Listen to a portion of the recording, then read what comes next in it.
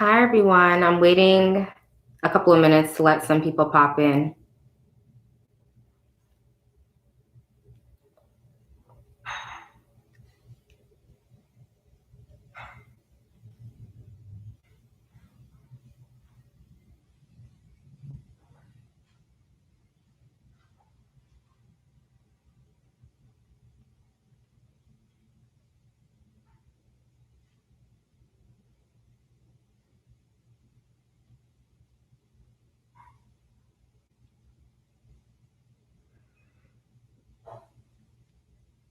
And I need to pull up these questions that people ask me on Instagram.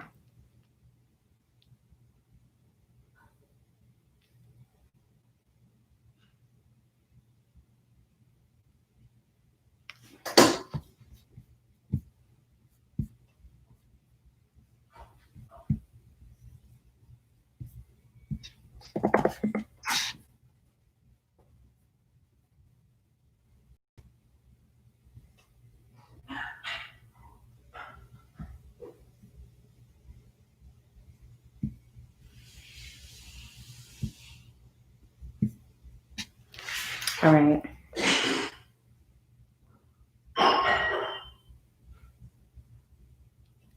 Okay, so I'm going to start answering some questions. So the first question someone asked me is to define what does love mean to me, which I think is super random for a nurse, but it was actually a really good question. And I had to think for a long time. Like, that's something that bell hooks took years to figure out. And I think I'm still figuring that out myself. I think for me, though, like the definition that resonates with me the most is definitely the biblical definition. I do think God is love. I do think love is everything that First Corinthians chapter 13, verse 4-8 says it is, like patient and kind, not self-seeking. Like, I think love is all those things. I think love can be manifested in different ways. And I think like the ultimate form of love for me is someone who cares about you in every way, especially spiritually, like someone who doesn't want you to put yourself in positions that are going to deteriorate your spirit. So that's love for me.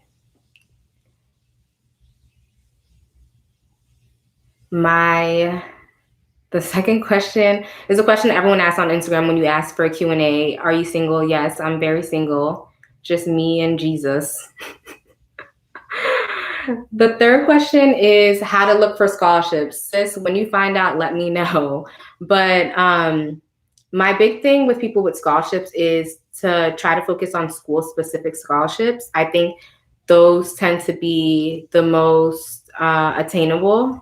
Like at my school at University of Maryland, Baltimore, we had the Conway Scholarship, which essentially the Conway family, they paid for some students to go to school for free.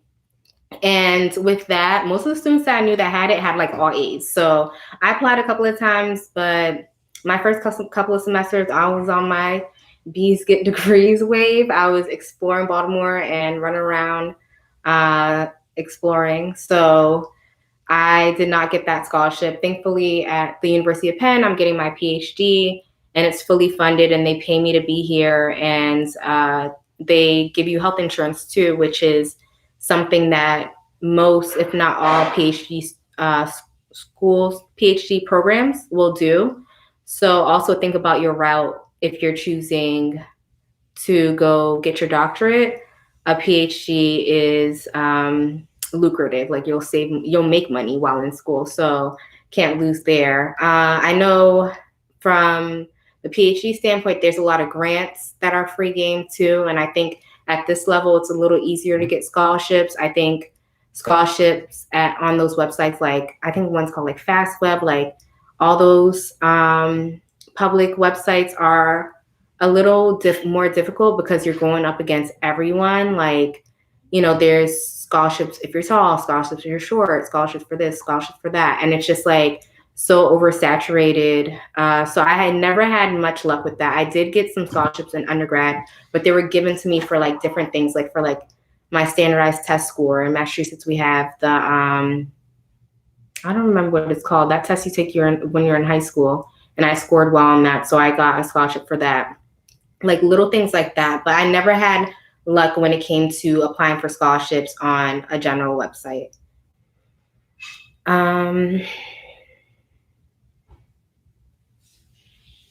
So the next question that I got was how I juggled life and nursing school. I don't know. I think like something always ends up like suffering in a way. Like I mentioned before, my first semester I got straight B's because I was going out every weekend and I was dating a lot and just running around the city. So, and I became an AK that first semester too. So I was just doing a lot. And then as school progressed, I started making more time for school. I think also like people that I know that do it all and do it well, they don't sleep much. I enjoy naps. So that might have been in the way of me being able to do everything. But I think planning is the best thing to do. Like my planner is my life. I put my commitments in my phone too, like my phone calendar, my laptop calendar. And then I have a regular planner that I write in. I'm a big planner person. So I think that that helps. However, for me personally, I think my time always went to one thing the most, and it showed in that way. Like if I put more time towards school, then I got all A's. If I put more time towards my social life, then I got all B's. So it's also that too, like just knowing B's are okay.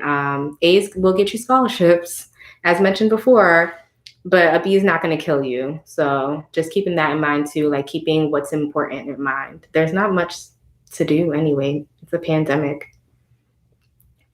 Um, the next question that I got is, do hospitals prefer a bachelor's in nursing or a master's in nursing? So I did an entry level master's in nursing and I don't regret my decision. I think all our steps are divinely placed. I was put where I needed to be put for a reason and exposed me to research and is why I'm getting my PhD in nursing now. However, it was a very expensive decision. It was the most expensive decision I've ever made. And when I started working, I was working with people who had their associate's degree in nursing. So it's like, I mean, granted, the person with the associate's degree, I think might have been getting paid maybe $1 or $2 less than me. And this is at Hopkins. So it's these big hospitals will hire you with an associate's degree.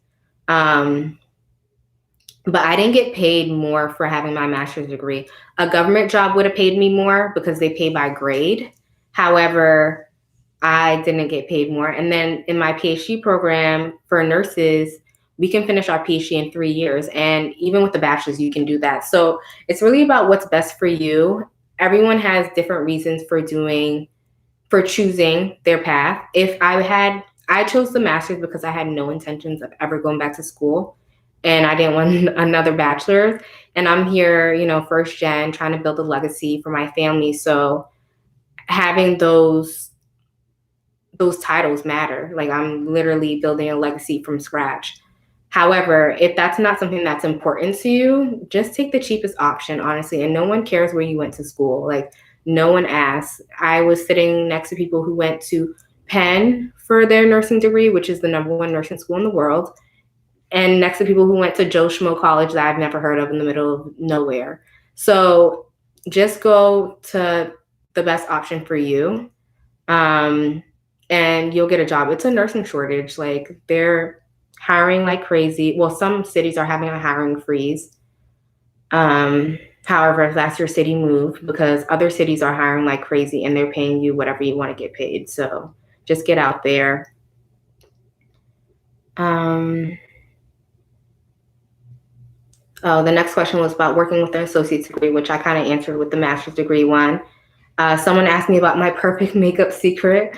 I have like nothing on today, just like my brows, but I think for makeup, I'm not a makeup guru. I think the biggest thing though is your skin. That's what I hear a lot of makeup gurus say, and I try to be serious about my skin regimen. I haven't been as committed as I should be lately. I think I've been discouraged by like my COVID acne scars. Like wearing the N95 has really irritated my skin, so you can't see it much. It's gotten better, but I have like all these marks on my cheeks. So I really need to be more devoted to my skin regimen. However, once this pandemic's over, I'm getting a chemical peel. Like I've seen so many people get chemical peels, amazing results. So perfect makeup secret, good skin. Book I'm reading. So I'm not reading any books right now. I had to read so much during the semester, but I am going to read. I just ordered it. It's called Code of the Streets, I believe, by Elijah Anderson, I think his name is. And basically what it is it's an ethnography. And what an ethnography is like when a researcher wants to learn so much about something that they immerse themselves into the environment. So he's known as the urban ethnographer. He's a Black man too, so it's easy for him to go into urban spaces, essentially the hood, and learn about those spaces. I'm thinking about doing an ethnography for one of my projects on Black athletic spaces. So in the states, they're quick to call Blacks and Hispanic inactive, and I think it's because they don't know what we do to work out, and they don't know how to engage us in working out. Like the CDC uses leisure time physical activity to determine if you're active or not, which is crazy. It literally says do not include what you do at work, and then the examples that it gives, one of them is golfing. So like obviously the way that they like not market, but like the way that they do research when it comes to physical activity is very whitewashed. So I want to do away with that. And so I'm going to be reading more ethnographies. And Elijah Anderson, since he's done it in a Black space, as a Black man, I'm trying to figure out how to situate myself as a Black woman and a researcher in Black athletic spaces and learn more about them to tell people like, hey, Black people do work out. We just don't go golfing. So that's what I'm about to start reading. I need to go pick it up from my Amazon box. The next question is, am I getting the vaccine? Why do you guys keep asking me that? I don't want to answer that question. So my big thing with the vaccine is health equity. That's my big thing with everything. Like I want everyone to have access to everything, whether or not you decide to get it. I want it to be a choice. I don't want it to be because you can't afford it or because it's not being offered at your hospital, because the way that this Pfizer vaccine is, it has to be at a certain temperature. So one of the things with health equity, one of the concerns that people have is that some of the hospitals with less resources won't be able to carry the vaccine because they won't be able to like keep it cold, and what that's going to look like for lower income areas. I also want people to be educated on it. I don't want it to just be like, oh, I'm getting it or not getting it because somebody said it was good or bad, or like I'm getting it because Nurse Sheeta's getting it, or I'm not getting it because Nurse Sheeta's not getting it. I want people to make like well-educated decisions. I had a random Uber driver last week. Someone told her I was a nurse, and she was like, "Are you getting the vaccine? I heard it's bad." And I'm like, "Okay, well, let's have a conversation about it. Like, what did you hear was bad?" And she's like, "I just heard it's bad." And I'm like, "Well, I can't help you if you don't tell me what you heard is bad." And she's like, "Well, are you getting it?" And I'm like, "I'm not answering that question. I just want to know what you heard was bad." Like, I just want us to be educated on it, and I want us all to have access to it. And I don't think that that's going to happen, unfortunately. But I'm not answering, and that's why I'm not answering whether or not I'm getting it. I'll answer any question about it to the best of my ability. And if I don't know the answer, I'll be happy to find out. I have a lot of friends that are working in related fields, and I am obviously a nurse. We start giving the vaccine in my hospital system tomorrow. So of course and as a researcher, from a researcher perspective, like I'm open to answering questions about it, but I'm not telling anyone whether or not I'm getting it. My next question that I got is, should I apply to nursing school if I don't have good grades? I didn't have the best grades, yet here I am. So I would say just try to work on other parts of your application. I actually have a application tips video that I recorded. I couldn't release it because my neighbor and his dog were like fighting in the background. So I'm working on a new recording space.